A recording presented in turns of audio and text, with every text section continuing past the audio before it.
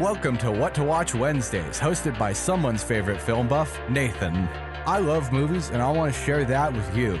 From old originals to cult classics and foreign favorites, along with straight up drivel, WWW is your place for all things movies.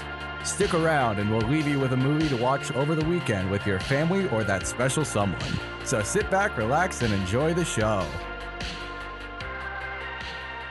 88.1 The Burg, your movie central. Welcome to What to Watch Wednesdays. My name is Nathan, the host of What to Watch Wednesdays, the show where we talk about 3 movies all in the same night. And boy, do I have a weird selection for our 3 movies tonight on What to Watch Wednesdays.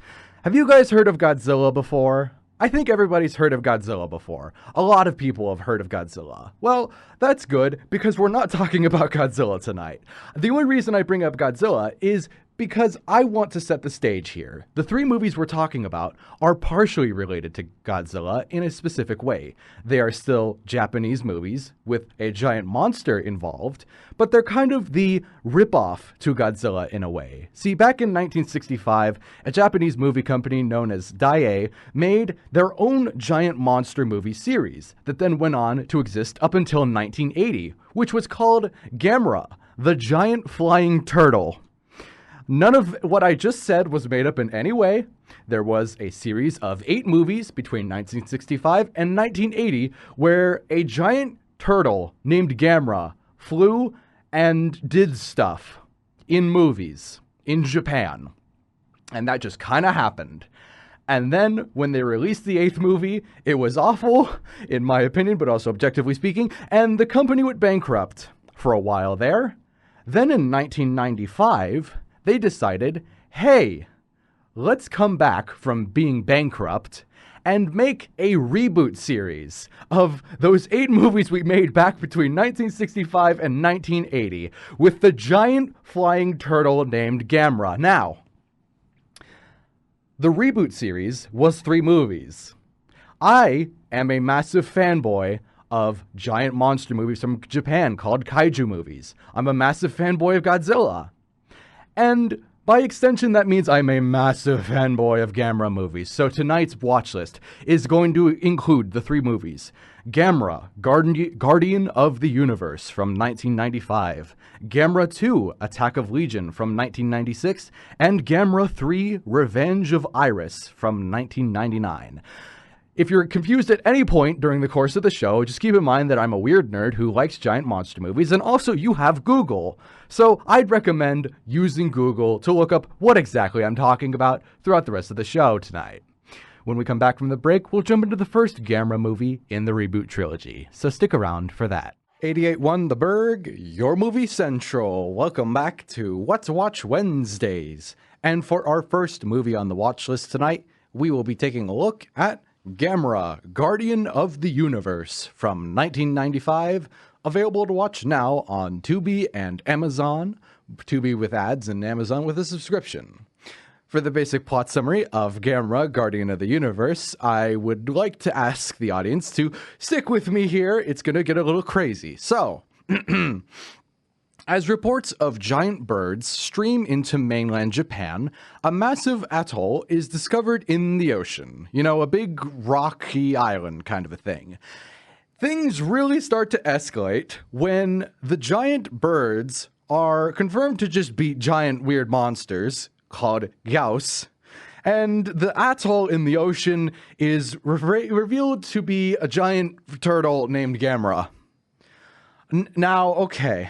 So, everything I just said, normally on What to Watch Wednesdays, when I talk about well-known movies, I sometimes make the joke that what I just described sounded so novel when it was something everybody's heard before. Right now, I'm having the absolute opposite problem. I don't think I'm really emphasizing how novel this idea is to people who have no idea what I'm talking about. So let me just, I suppose, sweep every fear under the rug right about now. Keep in mind that this movie is a kaiju movie, aka a giant monster movie made in Japan. It's going to be a little thin on plot. It's not going to exactly have the most, I suppose, logical plot in the world. Keep that in mind. Okay, cool. Let me also confirm to you if in case you're worried, oh, why would I ever watch this? That sounds like too much of a barrier of entry. Don't worry. Everything I just described to you is described much better in the movie. It's just difficult to summarize. And the pace moves so very quickly that you can pick it up very easily. I can be honest here and say that if it sounds crazy to you, you just haven't lived around enough, and you just aren't familiar with the fact that most giant monster movies don't exactly have good plots. Now that that's out of the way, let's actually address the fact that this is a kaiju movie, because I feel like this is one of the few times I've gone extensively deep into, like, mainline kaiju movies before. I've talked about the American Godzilla movies before, but I haven't really shown my true colors as a reviewer when talking about kaiju movies, because let me tell you, I am a diehard kaiju fan. I love Godzilla, and I love these Gamera movies, and all the Gamera movies by extension, except for one of them, but that's not important. Point is, I like giant monsters. I really like them. So it's really interesting to me to say with confidence that if you aren't familiar with giant monster movies and you are not a massive fan of them, I could still recommend Gamera Guardian of the Universe to you if you're interested in getting into giant monster movies. That is a crazy sentence to say, because let's be honest here. Most giant monster movies are made for giant monster movie fans. That sounds crazy to say. It's like saying Marvel movies are made for Marvel fans. I know. But I could honestly say that I think if you aren't familiar with giant monster movies as a whole, as a concept, Gamera Guardian of the Universe couldn't be a worse spot to start.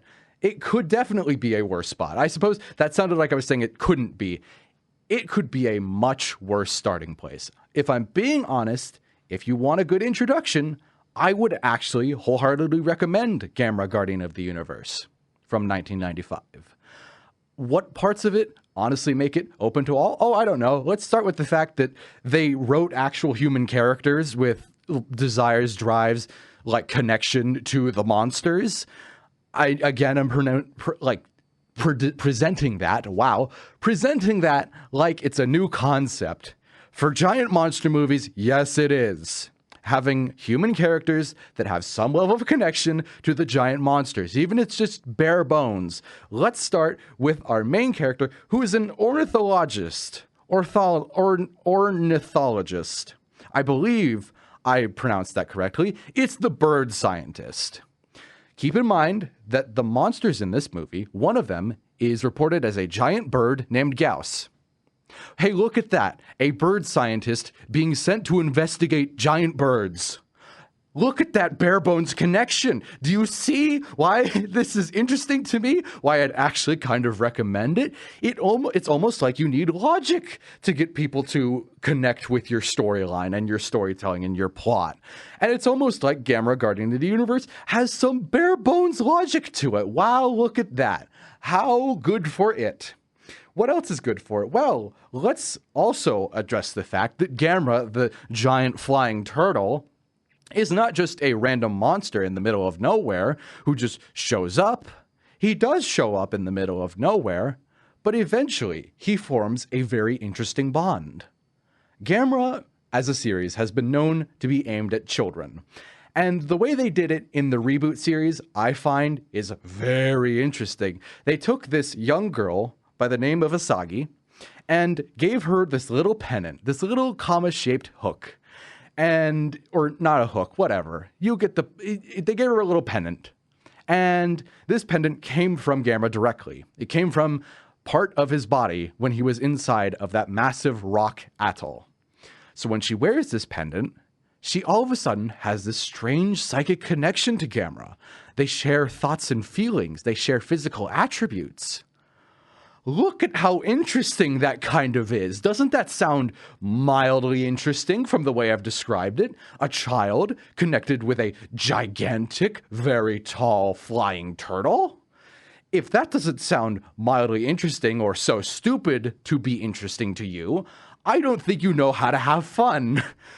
running theme here. If you don't know how to have fun, why are you listening to this show? Because all I want to do is recommend movies that are fun to people. And I could be honest, Gamera Guardian of the Universe, very fun. Some very fun details are in there. We've got things like really good visual effects. We've got some really fun sound design. We've got some really, really, really clever choices when it comes to set design and perspective and the use of cinematography and just overall editing style, and not to mention the music. Good heavens, the music in this movie is better than it should be.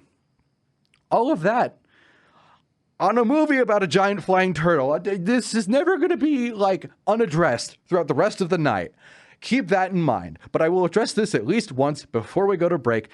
Gyaos, the giant weird birds, does not look like a bird to me. I've never thought that monster looked like a bird. I wanted to voice that somewhere. Now I've voiced it. If you are confused or if you don't know what I'm talking about, again, recommend looking up Gamera Guardian of the Universe. You might figure out pretty quickly what I'm trying to say.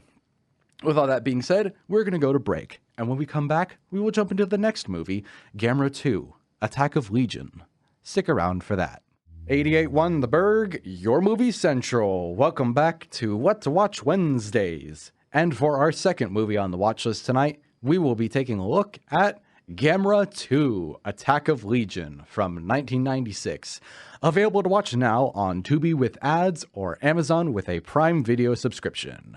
For the basic plot summary of Gamera 2, we follow up 1 year after the events of Gamera Guardian of the Universe, where a meteor lands in Japan from space. Oh darn. This meteor happens to contain a bunch of small insect creatures that are later called Legion. And these little insect creatures, when I say little, I mean about half the size of a normal human being, are here to conquer Earth. Oh darn, yet again. So, Gamera must now fight off all of these small little bug creatures that also answer to a giant bug creature that is also called Legion.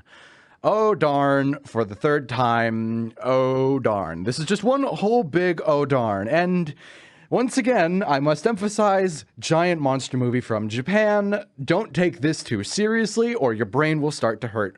Mine is hurting a little bit and I'm not even taking it remotely seriously. So let's move on to stuff that doesn't make it hurt. Let's kind of talk about my own feelings about this movie. I know we normally talk about that anyways, but the reason I want to address that specifically is because when it comes to the Gamera series, and when it comes to just giant monster movies as a whole, because I've seen all the Godzilla movies, that's not a casual brag, that's a full-blown brag. I've seen all the Godzilla movies, and I've seen pretty much all the Gamera movies. Yes, all the Gamera movies. I used to love Gamera 2, Attack of Legion. And by that, I mean, it was my favorite giant monster movie. Almost in the top 3 of favorite monster movies, because there are Godzilla movies that I think are better. But it was impressive how high on the list it got for me when I first watched it. Rewatching it, I will pull that back a little bit, because weirdly enough, I don't think it's as good as the third movie. That's only weird because originally I thought it was better than the third movie. It's certainly better than the first movie in a lot of different ways. I think overall, Gamera 2, Attack of Legion definitely shows the filmmakers trying a bit harder to improve themselves. They're trying to make the cinematography a lot smoother. They're trying really hard to come up with some original ideas. They're trying to win the audience over a bit better. They're trying to introduce some more creepy factors, bring back the monstrosity in these giant monster movies, because let's be honest, they're usually quite cheesy, especially the Gamera movies. They can be very cheesy, and there's not really much intimidation or horror involved in these things with monsters in them. It's very rare to see that kind of thing in giant monster movies. I would know. So when it comes to Gamera 2 Attack of Legion, I will admit they have one weird selling point that I figured I would never give to almost any kaiju movie ever. And that is, they have a jump scare in this movie that actually got me the first time watching it. Now, I will admit, I feel like that's happened with Godzilla -1, with other Godzilla movies that I'm blanking on. Oh, another Godzilla movie called Godzilla vs. Destroya. But at the same time, I mean, did they really get me? No. I wasn't expecting Gamera movies to have a valid jump scare in them. And because of that, I feel like I retroactively rated this movie a lot higher than it deserved. Not that it doesn't deserve a high enough rating. In comparison to a lot of other giant monster movies, Gamera 2 Attack of Legion is a really good follow-up to Gamera Guardian of the Universe. If Guardian of the Universe is a really good gateway into the kaiju movie sphere, I would say Attack of Legion could have been a worse follow-up. It's a very good follow-up to the first movie. It's just not the best one of the three. So it's got that kind of going both for and against it. I will also say it feels weird to say, but when it comes to Attack of Legion, I think it's better when Gamera is in it. And again, I mean, giant monster movie. Why would it not be better with the giant monster in it? Fair. But I mean, weirdly enough, I feel like the filmmakers are trying a lot harder when Gamera's on screen to really engross you in. When he's not on there, it's like, okay, this is working, but I'm not as engrossed. I'll admit I was tired while watching this movie, so that could have impacted it just a little bit. But at the same time, I found it really difficult to fully pay attention to Attack of Legion, even in comparison to the first one. The first one was campy and really fast-paced and fun. Attack of Legion really tries to take its time, and sometimes it doesn't work in its favor. Because once again, these are giant monster movies. When it comes to taking your time and trying to soak up the plot, you're really going to get kind of confused and go, this is either too convoluted, too simple, or too stupid for me to take seriously. So you're kind of wasting my time just a little bit. I hope that argument makes sense from just the basic understanding of how a giant monster movie operates. I will give it credit, though. One thing that has some layers to it is Legion itself and the human characters. When it comes to human characters in giant monster movies, once again, they're not always the best. Like its predecessor, Guardian of the Universe, Attack of Legion really manages to bring out some interesting characters. The two I want to highlight, I'm not going to try to say their names because it's Japanese and I'm going to flub pretty badly. But two of these characters, two of the main focal points, are military officers. They're with the Japanese Self-Defense Force.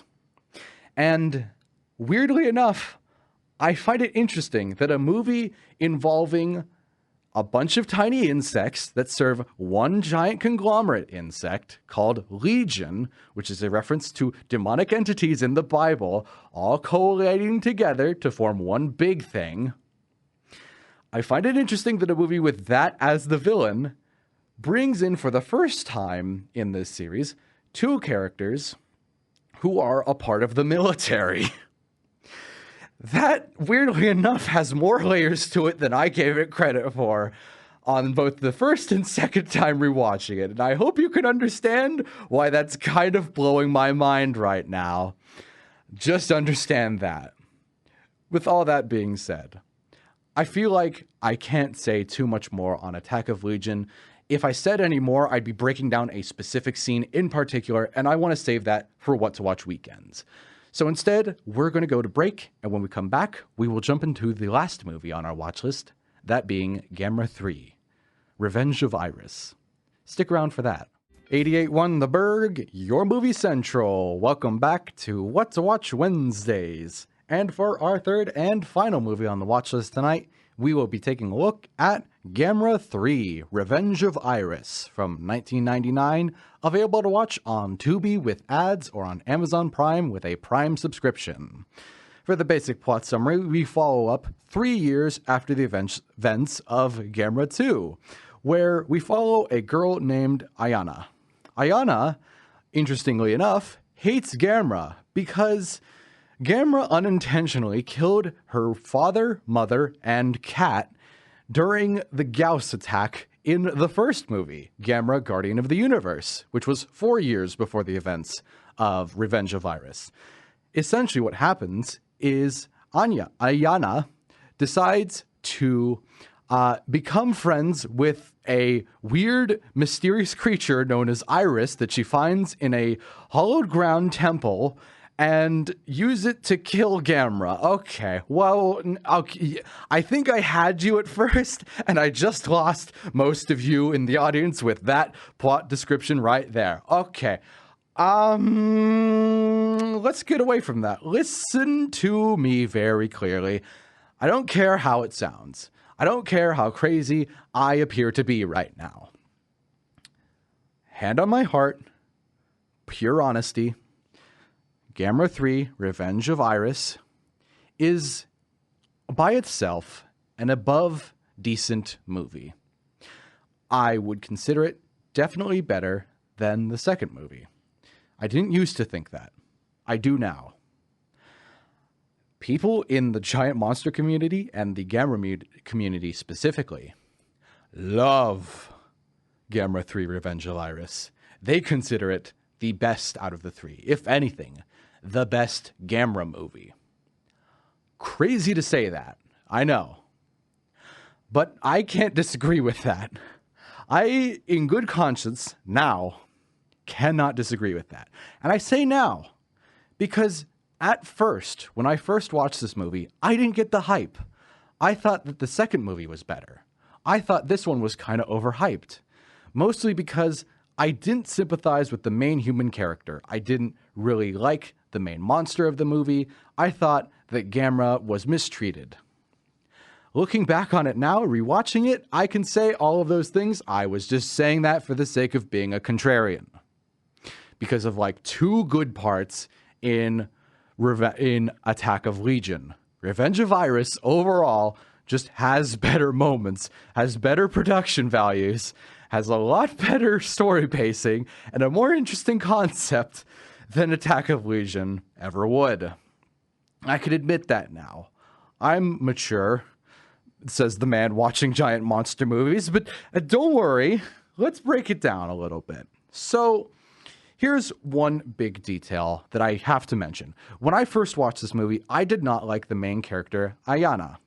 I thought she hated Gamera for no good reason. I thought she was way too annoying in her pursuit of killing the giant flying turtle. Again, I'm taking this so seriously. I thought that she was annoying. Watching it back, I realize she is young. She is impulsive. She's supposed to be that way. And more importantly, I don't blame her for being all of those things when she watched her family, like, die. As in, she watched the building that they were in get destroyed by the giant turtle. Gamera just, like, walks right through it like butter. And this isn't a spoiler. This is in the beginning of the movie, and it's like, it's a giant monster. They're gonna destroy a building at some point. That right there, it's like, I don't think I can blame her for not liking the giant turtle that walked through the building that her family was in. I don't think I can blame her. And more importantly, I actually understand how cool of a concept that is for a main character in a giant monster movie where they're guaranteed to walk through a building. Let's force the audience to ask the question, what happens to the people that are still remaining in that building? Only some of the best giant monster movies, like the original Godzilla movie, Godzilla -1, a few others out there, really bring it down to the human level. And by extension, Gamera 3, Revenge of Iris, falls into that category of good giant monster movies, amazing giant monster movies, masterpieces of the giant Japanese monster series, Sphere. Overall idea, very few ever ask the audience to really think about the people involved in these tragedies. They don't ask you to think about it because it requires too much thought. It requires good writing. It requires challenging the audience, those preconceived notions that they should be rooting for the giant monster in the movie. It challenges it quite directly. Even in the first Godzilla movie, you somehow root for Godzilla. In Gamera 3 Revenge of Iris, you do root for Gamera. But you also psychologically understand that morally, a giant monster that can destroy an entire skyscraper in the span of maybe 5 minutes is not exactly the perfect hero in a world of chaos. Again, you can understand why I kind of have to say that this requires some writing talent. It's not exactly high art, but doing that basic thing, challenging that trope, and asking an audience member to think about that when they watch it for mindless entertainment requires some real guts to do right. And let me tell you, Revenge of Iris does it right. On top of everything else that it does, we've got, as always, some great music. We've got a really good cast. We've got some great cinematography. We've got some tight editing. We've got some really good visual effects, both practical and CGI. Some of the CGI is very see-through, very fake, very easy to spot, and I don't like it. That pales in comparison to the vast majority of it being practical, with guys in suits playing the giant monsters. And even then, some of the CGI looks good, so I can't complain too much, or at least I like the look of some of the CGI. With all that being said, here's one thing I was not expecting. Here's one detail. Again, it'll sound really weird when I say it, but I need to emphasize this. When I was rewatching this movie, I wasn't expecting any of this.